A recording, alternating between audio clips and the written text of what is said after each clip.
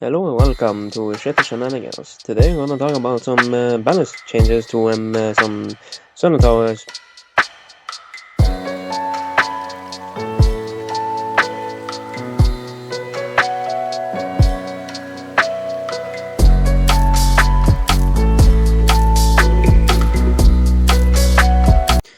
The first changes are to Cryo Ranger and Cryo Mortar. Their splash abilities or splash attacks are now going to have a area of effect effect, which is basically their passive free for that attack over a longer period. So for max top bottom path cryo mortar is gonna be 275 freeze for 5 seconds, and for cryo mortar it's gonna be for the max top path like 10 seconds. Seems fair, I guess. The next change is to the warship, now having 2 anti-air turrets dealing about 100 DPS each. There are two turrets with each having about 600 range. Yeah.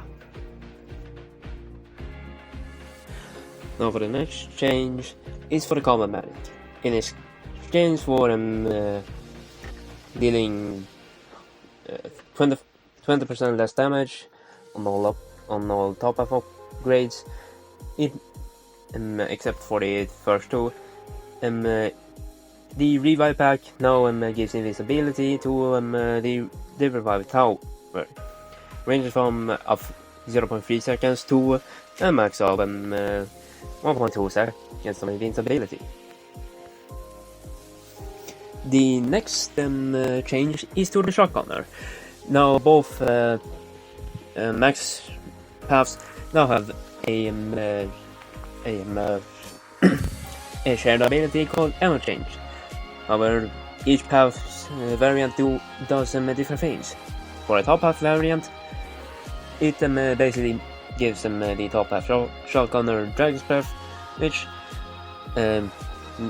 when the ability is activated, makes so that for the next 3 seconds, all enemies that are hit get burned, and the top path shotgunner now deals 3.5 burn DPS for 5 seconds. The ability lasts, as I said, 3 seconds, and has a 9-second cooldown. For the bottom path variant, it now has frag shots, which are explosives, which has a have 0.5 splash radius, and is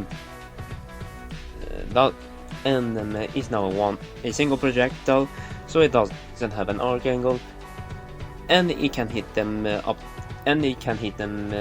infinity enemies. It doesn't, however, its range for air targets is reduced by half, and the ability lasts for 2 seconds with a 8-second cooldown. The next change is for the refractor. Now having the ignore obstacles move from the one of the first upgrades to the third on the top path, and the last on the bottom path. To basically counteract this, or buffing it, the bottom path can now pierce up to 2 enemies, and the top path chain them. It can go up to air enemies, but the top path cannot target them. Now for a quick change for the ranger, the grenade on the grenade ability on the bottom path is now a passive ability. Yeah. For the next change, Railgunner now has a base ability called Supercharge, which makes so that the next ability has to aim for 2 seconds.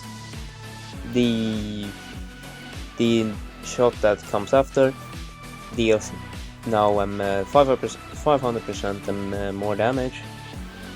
Has 2 pairs, it stacks, and the aim time also stacks. And if the damage exceeds